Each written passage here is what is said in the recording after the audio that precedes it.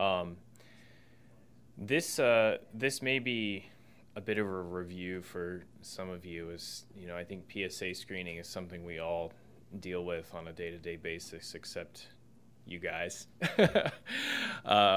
But I kind of wanted to talk to everyone, including the residents, and go through kind of the history of the PSA screening controversy, because I think it's important to understand what's been going on for basically the past 20 years and how we got to where we are today.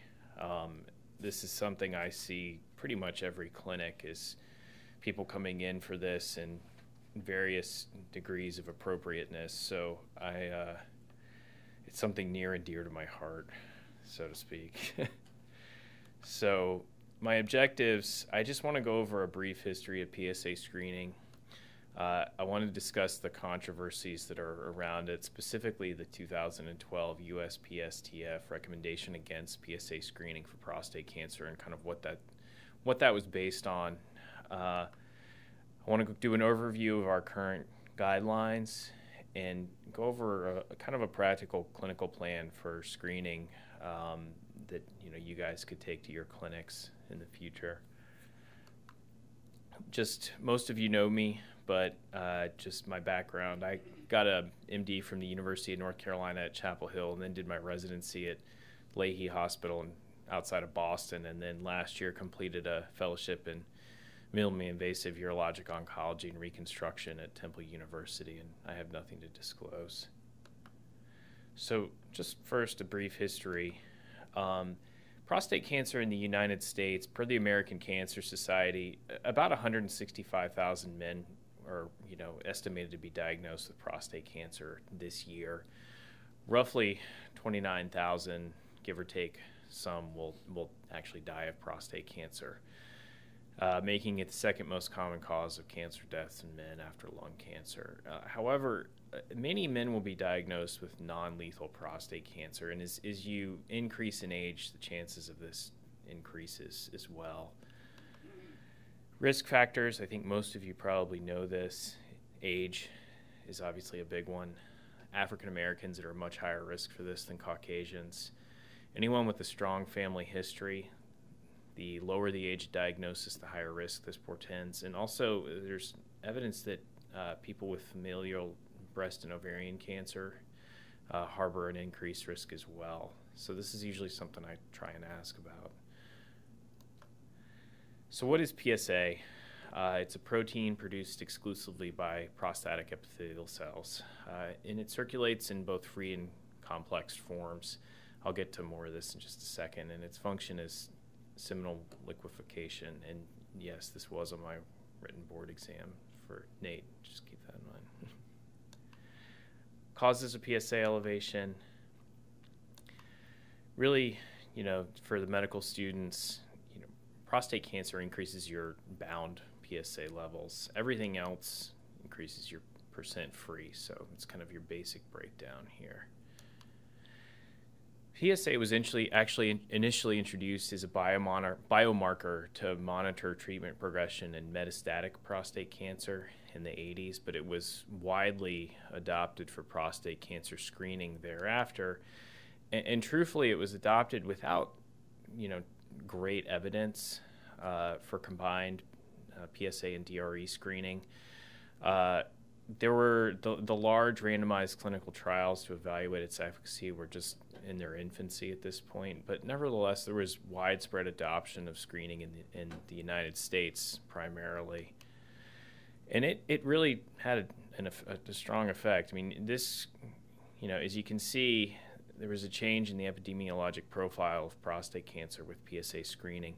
Basically, when it was initiated in the early 90s, there was a significant decline in prostate cancer mortality, and this was primarily due to the fact that we were detecting cancers at earlier stages. The only thing that's really comparable is if you look at the curve for lung cancer, and a similar decrease in mortality was seen with smoking cessation. So the rest of these cancers have really been relatively flat in terms of their mortality rates. In the early 90s, roughly a third of cancers that were diagnosed were clinically localized, and by 2009, This was increased almost 90%. And the mortality decline was primarily, as I said, due to early detection and improved treatment of high-grade disease. So why is there a controversy? You talk about the good and the bad with PSA screening. The good, it improves oncologic outcomes. It definitely lowered the prostate cancer-specific mortality. There was a stage migration. The diagnosis was being made at earlier stages, and there were lower rates of metastatic disease. So why is this? Why was there an issue? Well, it's not a perfect screening test. It has a low specificity with a high rate of false positives. It requires a confirmatory biopsy, which is invasive, and as we all know, there's a not insignificant risk of a bad infection with prostate biopsy. And there's also, I think it's important to mention that early on, there was definitely overdiagnosis and overtreatment of non-lethal cancers. So historically, the pitfalls of PSA screening. The men who were being screened were often too old to see a benefit. Screening rates have peaked traditionally at about 45% overall at age 70 to 74. Only about a quarter of men aged 50 to 54 were undergoing screening. Men with low-risk prostate cancer were often being overtreated, and urologists and radiation oncologists were traditionally slow to embrace active surveillance. The optimal approach to prostate cancer screening is to screen healthy men at a young age and treat if high-risk cancer is found. And if you're treating men too late, at too high an age, you're not going to see the benefits of screening.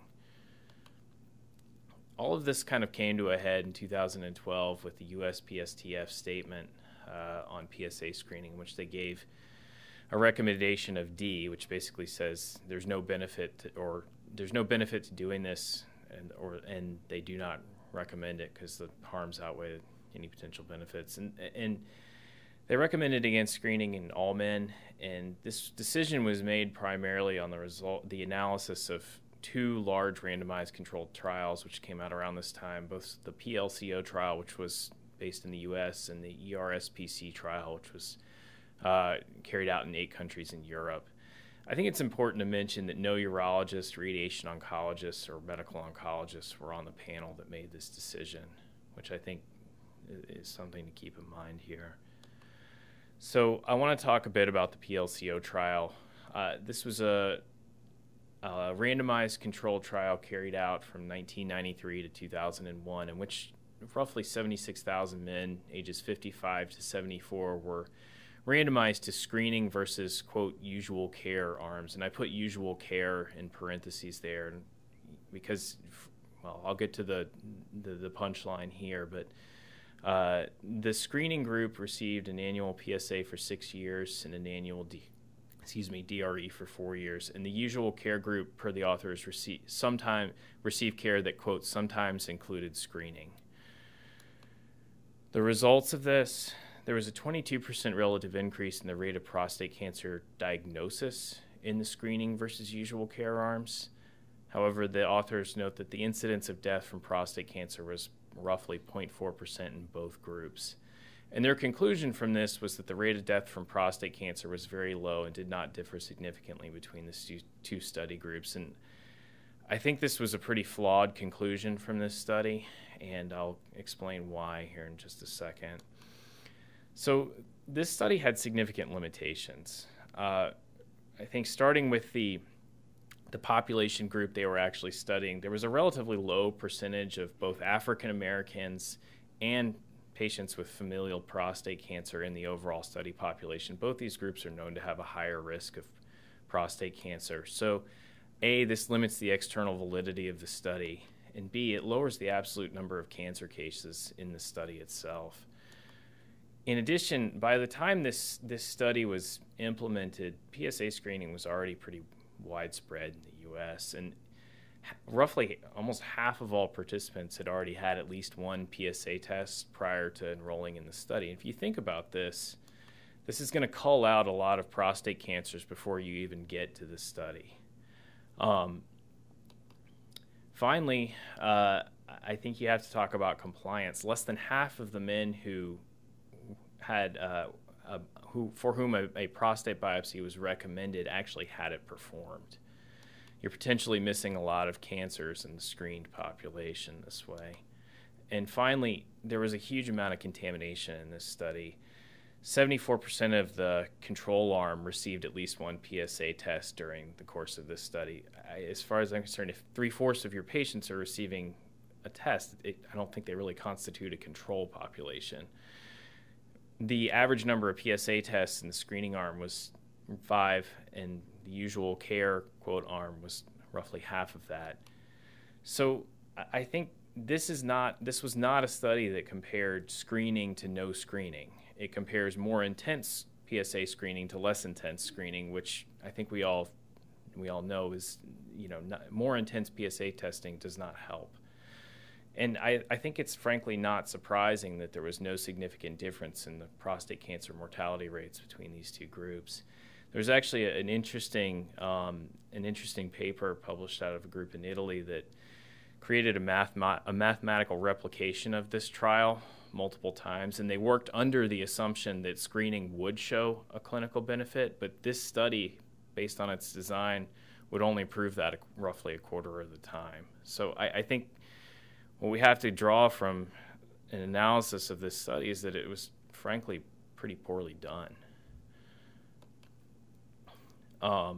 The other trial they based their decisions off of was the ERSPC trial, which was a large 8-country European study which randomized about 182,000 men ages 50 to 74 to screening versus control. The screening group received a PSA roughly every 4 years. There was a slight difference between the sites, and the control group was offered no screening. Looking at the study population for this study, PSA testing was not as prevalent in Europe at the start of the study as compared to the U.S., and they had a much lower rate of pre-enrollment PSA testing. They used a much lower they used a lower threshold to biopsy than in the PLCO trial, which increases the sensitivity of the test, and had a much higher rate of compliance with the biopsy when it was recommended.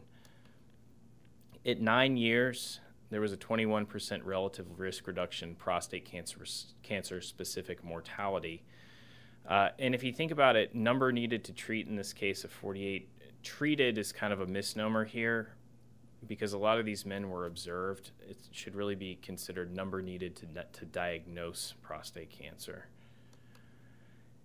And if you notice here, the mortality curves between the screening and the control group really only began to diverge at about 7 or 8 years after the initiation of screening protocol.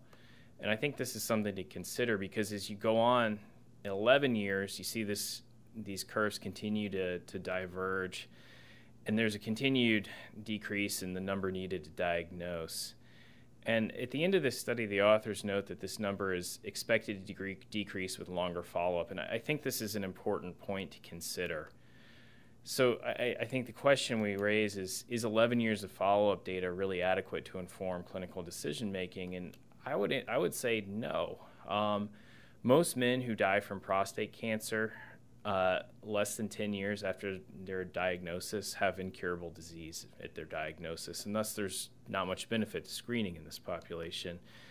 If the prostate cancer-specific mortality is your endpoint, the follow-up needs to be much longer, at least 20 years. And as an example, if you think about a 50-year-old man, ideally you'd have roughly 20 years of screening. And these curves will continue to diverge as you move towards 20 years, and thus there will be a continued decrease in the number needed to diagnose. In the ERSPC trial, the average age at randomization was about 60 years old. Ideally, you would start screening earlier than this. And if you did that, it would shift this entire curve to the left, and you'd derive more potential benefit. In fact, another group out of Italy did a mathematical replication of this trial with similar parameters, and they found that at 25 years, the number needed to diagnose decreases to roughly 2 to 9.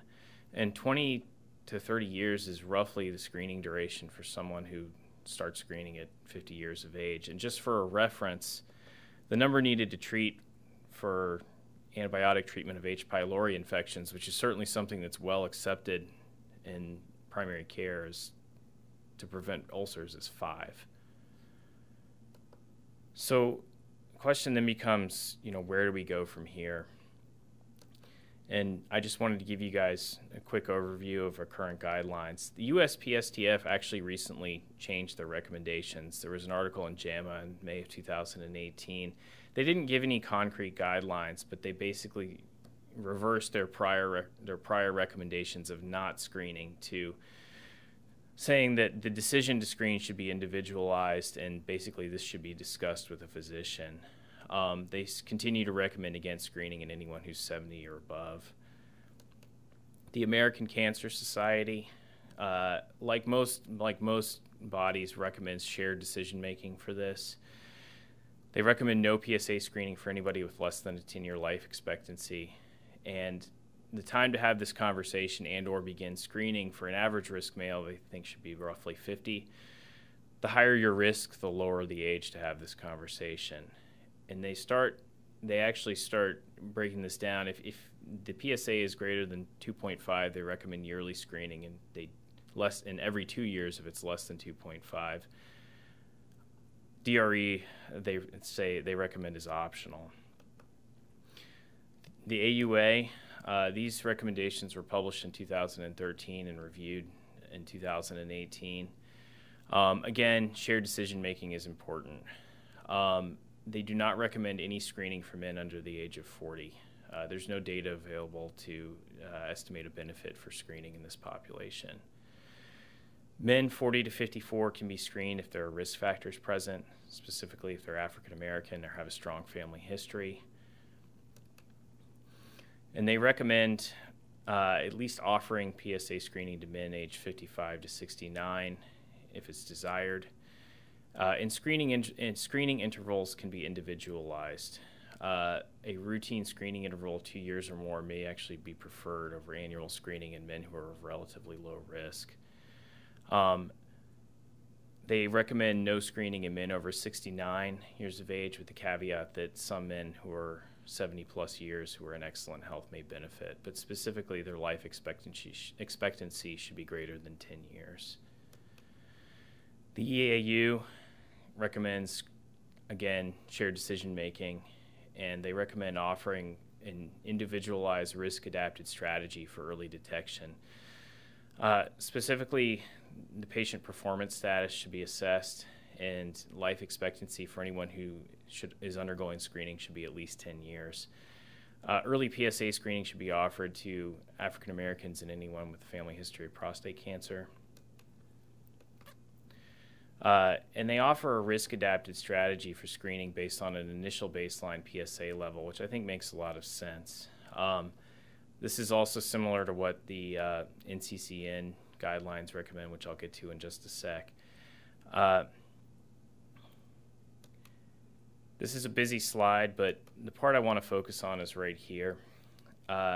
Basically, this is the concept here, and it's based on data, which I'm going to present in a second, is that men age 45 who are roughly an average risk, who receive a single baseline PSA, can then be risk stratified to how frequently they receive screening from that point going forward. I think this is a logical way to approach things. Single PSA drawn before age 50 strongly predicts the later development of clinically significant prostate cancer and mets from prostate cancer. And the advantages to this are that it individualizes screening based on risk, allows for fewer unnecessary blood draws and biopsies, and allows the early identification of clinically significant cancers. And this is based on some data that came out of Sweden, in which they followed a population of men who actually had a single blood draw for a PSA level in the 70s and 80s, and these men were followed for roughly 20 to 25 years. And the idea here is that if you look at this as a busy slide, but if you look at it, the risk of later developing prostate cancer was directly related to the initial baseline PSA value, which was drawn 20 plus years earlier. So this brings us to the question, what's the best approach to this? And I would argue that the best approach is an individualized one.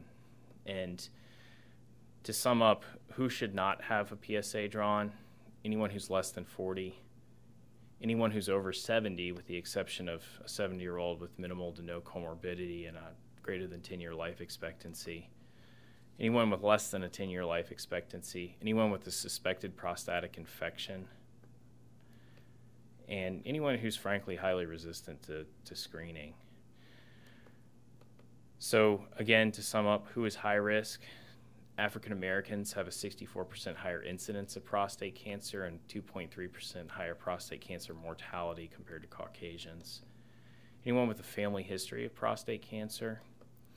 Anyone with a family history of BRCA1 mutations. And the idea here is, ideally you get an initial PSA sometime when the patient's 40 to 50 years old, and repeat it at 1 to 2 year intervals with the DRE with the PSA as well. For a normal risk population, you can get an initial PSA at age 45 and risk stratify the patient as to how frequently you draw PSAs based on that initial level. Any questions? Is there any data on the high-risk group if their PSA is 1 at age 45 or 50? Yeah, so that I think the best data is that study I was talking about out of Sweden, where, you know, I can go back a little bit, but, you know, in this group, you know, an initial PSA in this group, you know, would put them in the, if their PSA were elevated at a younger age, I mean, their risk of developing cancer is significantly higher. I mean, I think that's the value of obtaining a baseline PSA, you know, early on.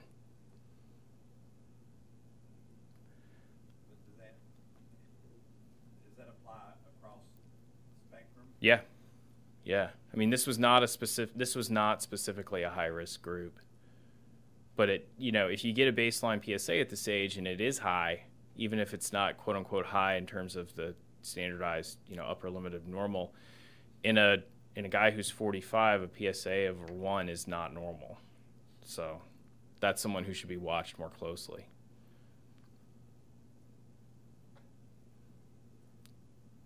Did anyone do the mathematical analysis to look at the number needed to treat, specifically in the Gothenburg portion of the, or is that I don't know. I didn't talk about that. Oh, I just asked if anybody looked at the number needed to treat in the Gothenburg portion and extrapolated. I don't think that there was a mathematical replication like they did with these, but yeah, I mean, that data is a lot stronger as far as, you know, the quality of this as far as detecting cancers. Now, almost it seems to me like all the story now within the current state of practice is probably 5 years too late. Yeah. Because with all the molecular testing, you know, you got, or I should say molecular, all the variations of Mm-hmm. BCA3, BHI, you know, Mm-hmm. and pre-PSA we've had for years, and MRI. How does that complicate this story even further? I mean, I think, you know, it depends on who you are, I would say. I mean, I think if you're a primary care physician who's the first one to screen, I mean, I don't know what you've seen, but I don't see those guys implementing any of this really. Once in a while, I'll see someone get an MRI, but, you know, truthfully, I think for a lot of primary care physicians, it's a question of, are they doing screening at all? If they are doing it, are they doing it in the right patient population? I think for urologists, I mean, at least the way I use these tests you're saying is, I still follow the basic guidelines, and if, you know, I use those to kind of, you know, if I have a toss-up, I'll use a 4K, or, you know, if to me, I like using MRIs for guys who have an elevated PSA and a negative biopsy, and the PSA keeps rising. The other challenge in all this is some of the worst prostate cancers I've seen in my career so far are the ones where with the lowest level of PSA. Yeah, and I think that highlights why, you know, I think a DRE is you know, while it's not great, it's a useful part of this workup. That's what I think in the prior era where we were screening them at least on an annual basis, things like PSA velocity would hint you that something bad is going on. So I have personally biopsied guys with PSA went from 1.5 to 2.5 in the span of a year. Mm-hmm. And they were 50 years old, and Yeah. ended up being some of the worst cancers I've seen. But if you think about it, in a 50-year-old guy, that's a big deal to have a jump like that, you know. Here, I feel like I think the message out there needs to be that it's screening is different than managing somebody with a questionable PSA. Yeah, You know what I mean? absolutely. I've gotten pushback from some of the primary care docs that, hey, why did you biopsy him at PSA 2.5? And later we find out, but initially it's like, that's not what we're supposed to do. Right. I mean, I think it's tough you got to separate the number. You got to put the number with the patient. You know, a PSA of 2.5 in a 70-year-old is a lot different than a PSA of 2.5 in a 50-year-old. You know, and I think that's something that's kind of lost in translation sometimes. So, Ben, you said something in the beginning of the talk about urologists and radiation oncologists. Yeah. Were initially slow to adopt active surveillance. Yeah, absolutely. I understand that statement. Mm-hmm. And having my own sort of experience with, we get the same thing with BCGs and things like that. And obviously this is a higher level, but I wonder what actually drives that engine. And Is to whether you get put on active surveillance or not. If we're talking about telling me when the transmission Mm-hmm. in my car is going to go, and you have a test to tell me whether it's going to go in 10 years or 20 years, Yeah. then I would say, fine, look, if my transmission is going to last for 20 years, okay, so it's not great. I mean, and there's going to be something wrong with it, I know that. Yeah. Fine, it's just a car, it's a transmission. I'll get rid of it. But you're talking about patients sitting there, and they are told, you're probably going to have prostate cancer, but big deal. I mean, I think that a lot of this stuff gets very academic at times. Yeah. But then the shared decision making, everybody knows that shared decision making in your office versus shared decision making at home in the living room and versus shared decision making in the primary care office is a hell of a lot different. And the conclusions are a hell of a lot. Oh yeah. I mean, they proved this with spine. Seeing a doctor versus a nurse practitioner on your initial visit changed the way that the decision was made and less spine surgery was done. And yeah, it's wonderful to do all that stuff, but I wonder if we sort of take too much of this on ourselves. Or we're a bunch of greedy people, and we just wanted to operate a radiation. They just wanted to radiate. No, I have a feeling that a lot of that driving that engine was people saying, "I've got cancer. Do something, doctor." Right. I mean, I think it all depends on how you couch it from the start. I think you're right. I mean, you know, I think everybody counsels in their own way, and I've seen this. I'm sure Amar, you've seen it too. So with some people, if you start off by telling them they flat out have cancer, that's all they're going to hear. And Few things have been done in this arena to address this. One is there's a whole movement to reclassify prostate yeah, cancer. right.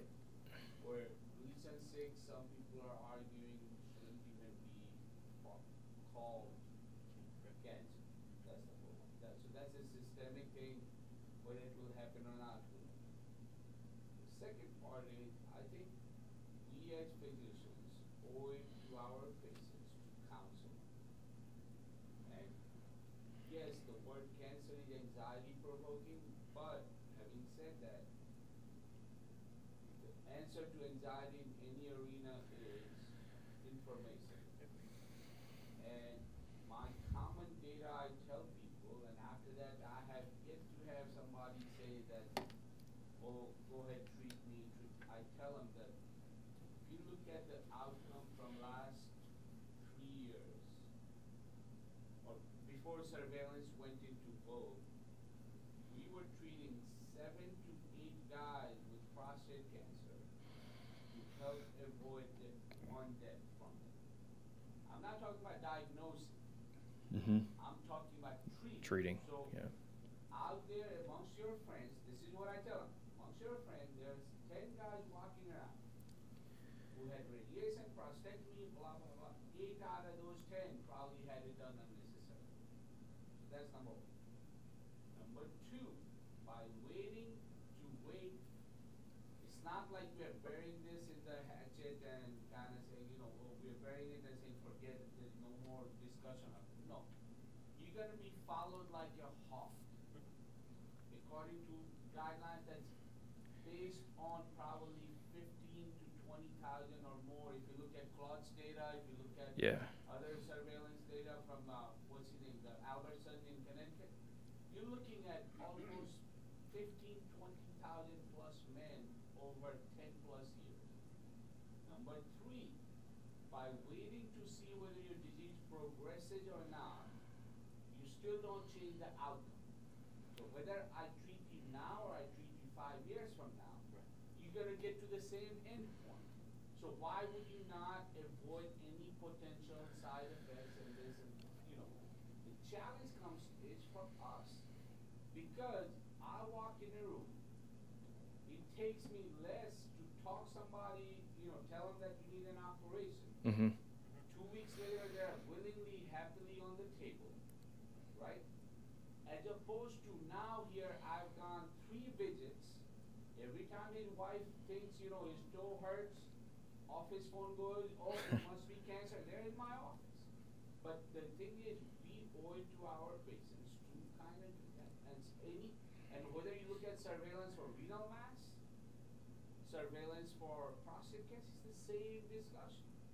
You got these 80-year-old women walking in office who are on oxygen with a 1.5 centimeter mass that's solid that some wahoo sticks a needle in and said, oh God, it's cancer. They want to have their whole kidney chopped. And you sit there and you tell them, no, because you're going to die from, well, then just put the needle in it and burn it out. And again, unnecessary. So a lot of things we do. And yes, I do think that there is way too much radiation being given in this country for prostate cancer.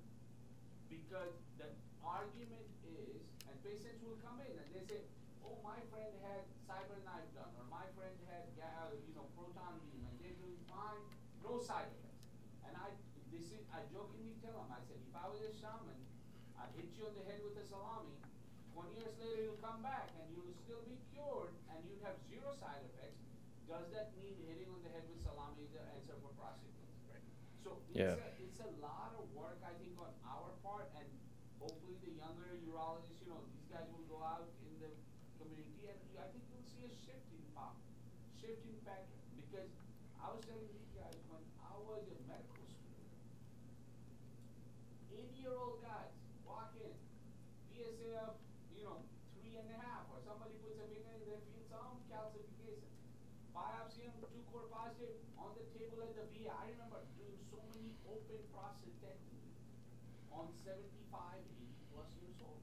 We did it all the time. It was the norm. So, you know, when all this data comes out that PSA is, so we have to be, you know, we have to scrutinize it ourselves and do it. But yes, addressing your point, surveillance is tougher on physicians, it's tougher on patients themselves, and it's their families who are the biggest advocate, take it out. And half of the times I'll hear the discussion, it's not your body.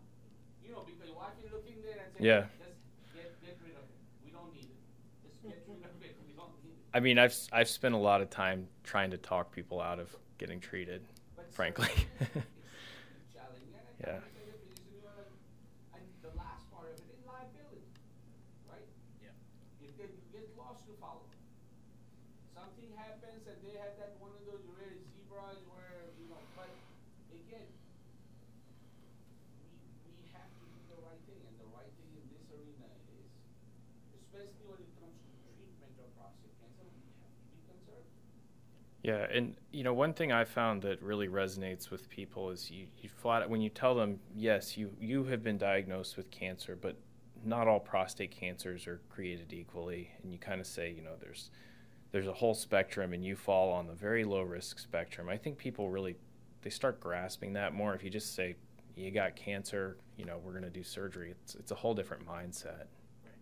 So. And the autopsy data also helps, right? You brought up your car transmission analogy. If I told you that everybody on the street who's driving a car that's your year, your age, guess what? 9 out of 10 of them will have transmission problem in 2 years. Now, are you going to be that anxious to have that repair away?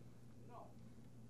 So same thing here. I look at them and I say, you know what? You're 75. If I biopsied 175 guys on the street, 75 of them will have some form of prostate cancer. Does that mean we treat, radiate, take it out, freeze, ablate, you know, HIFU, and do all the things that we can? And it goes back to the, you know, Whitmoreism, which was just because we can, does that mean we should? And if we should, are we able to? And in cancer, we always have that discussion, you know, and it's challenging, it's taxing on doctors. It's extremely taxing on us. Every time I see a surveillance visit. Because you sit there and a voice says, you know what, enough. Let's just say, let's just go treat it, get it out, you'll be happier, I'll be happier. But often that's not the right thing to do. I guess it's the confidence in whether you have clinically significant prostate cancer or not based on Right. And the screening, you know, based on the screening. If you can tell based on the screening, right. if you're comfortable with, then it's easy enough to say, but it's always that fear in the back of your mind. Sure. Is And patient that you're going to end up one of these people who, darn, you know. yeah, and for me, I think this is where the kind of some of these adjunct tests really shine, especially MRIs. I mean, I like to get an MRI on these guys, with the idea being that, you know, the real risk, if you diagnose someone with very low risk prostate cancer, it's not the cancer that you diagnose that you're necessarily worried about. It's, did I miss something else? And I think if you get the MRI within, you know, a year and a half of their initial diagnosis, it, you know, it'll reassure you and them that, you know, if there's something completely different that you didn't see from the get-go, you can target that this go around. Are you rebiopsying for active surveillance, or are you using prostate MRI? I like to use the MRI first and then biopsy with a targeted biopsy after that. That's what I've started doing. Most other things recommend a biopsy at one Yeah, just for what Dan's talking about, to make sure you don't. or just one time. Just one time. Yeah. You don't have to progress, and then you can follow them up with blood work imaging. And as opposed to Ben may do targeting, I actually do a saturation in the operating room. Because my thing is I want to make sure every bit is there. And if they don't have any progress, and then after that you can go back to just following up. If you have a negative MRI on your surveillance, I would. there's nothing to target. Right. I mean, I would talk to him, and then I'd probably recommend getting a standard 12 core at that point. Because I've been in practice long enough where I've seen people with negative MRI and Oh, yeah. Yeah. progress, go all over, and then you got egg on your face. So Yeah. and I actually talked to a couple of people at Sloan and other places, and all of their 1 year you get a biopsy. We jokingly say prostatectomy by needle to make sure if there is anything, Yeah. you know it, and if it's not, then at least you have closure that there's nothing significant there. When you do a saturation, how many cores? At least 24, sometimes 28, maybe more. And that's why I do it in the operating room under anesthesia, because I just think it's a better. On the liability issue, has there been any change in the liability of missing prostate cancer? Do we know that? I mean, are people saying to their primary care doctor or to the urologist, wow, you didn't get a PSA on me, now I got prostate cancer? Do you know anything about that? Do you know? I'm not sure. You hear it here and there, but it's not. I think another few years it will be more common. And some of it is like, I have at least 3 people I can think of right now. One from Signal Mountain who was like 62, showed up with he had a PSA 3 years prior with like 2.5, 3 then subsequently it was 25, and then he had one of those unfortunate cancer where he had like bony mets and everything else. And he asked me, could it be prevented if it's primary care, and I kind of diffused it. And so you see a lot of these questions being asked by patients, but eventually I'm sure, because the interesting thing is when I was a medical student in like mid-90s, the whole PSA, the first wave against PSA started coming then. And I remember up in New York, HMO just came, the whole HMO and gatekeeper concept and all that came in, meaning you couldn't get a referral or go see a specialist unless somebody had it. So upstate New York, I remember there were people who just didn't get PSA screening until there was one big lawsuit in, I want to say Massachusetts somewhere, where this whole thing happened, and then all of a sudden the screening was like, okay, we're going to screen everybody. So I have a feeling this is just a matter of time. As you can see, just in the last 3 years, they have softened. They went from Yeah. right when PSDF came out, everybody was like, don't screen anybody, don't screen anybody. Even at the AUA, they were talking about it. Yeah. And then over the last 3-4 years, people have realized that maybe no, we need to go the other way. So I think eventually, I'm hopeful that the pendulum will settle somewhere in the middle. I wonder if It's kind this. of off topic. Do you have any information on the effect of exogenous testosterone therapy on PSA? It seems like everybody that comes in my practice. Yeah. Yeah, it does change the PSA because basically prostate cells are androgen dependent, at least in a normal state, and so you will get PSA elevations. But there's two sides to this coin. On the end of, does testosterone replacement from a low state to what's called a eugonadal state, does that increase PSA? The answer is it can. Does it increase your risk of having prostate cancer? The answer is no. If you have prostate cancer, at least non-metastatic prostate cancer, does it increase your risk of disease progression? The preliminary answer is no. Now, the reason why testosterone does not cause prostate cancer increase in progression, there's something called the prostate saturation theory. Now, this is based on animal models and biopsy follow-up in men, and they sort of extrapolated the data. But when you have logarithmic growth of prostate cells or prostate cancer cells, it's really in a certain testosterone range of 0 to 95, and under 95 is about castrate level. So if the Charles Huggins data from the 60s that the urologists who won the Nobel Prize for it showed that for people with metastatic disease and they were castrated at that time, because that was the treatment for metastatic prostate cancer at that time, was to remove all androgens and castrate them. When they were given back testosterone, their prostate cancer kind of quote-unquote grew like wildfire. But if you have someone who doesn't have non-metastatic disease and they have a normal testosterone, their testosterone receptors in their prostate cells are already saturated. So when you try to add from a low normal, like in 100, 200, up to 300, and so on, there's not much more water you can add to the pot. The pot's already full. So and that's been over the past, since 1995, I think all this data has been coming out. And so far, there hasn't been any data to the contrary saying that testosterone will increase risk of progression or development of prostate cancer. But you will have PSA elevations. And the other side of the coin is that we have data that hypogonadal men may actually have higher chances of prostate cancer development and progression. They usually present with higher grades of prostate And cancer. they actually have worse disease Mhm. and worse fat, everything. Yeah. A lot of people think estrogen is the culprit. The estrogen is the carcinogenic event for sure. And that's why obesity, low T, any condition that I think including estrogen is both carcinogenic and across the board. Low testosterone hypogonadism is an inflammatory state. Usually it's caused by sleep apnea and being overweight, and for the most part. And so those, in and of itself, will probably put you at risk, just in general health and inflammation for prostate cancer. Does the estrogen risk, increase estrogen risk also go for gynecological decisions?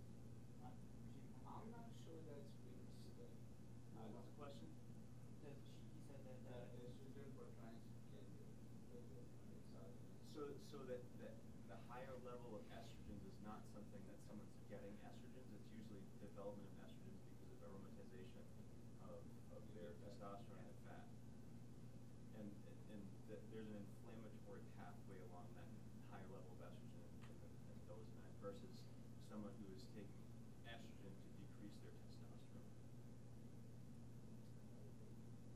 couple of quick announcements before. I got one more.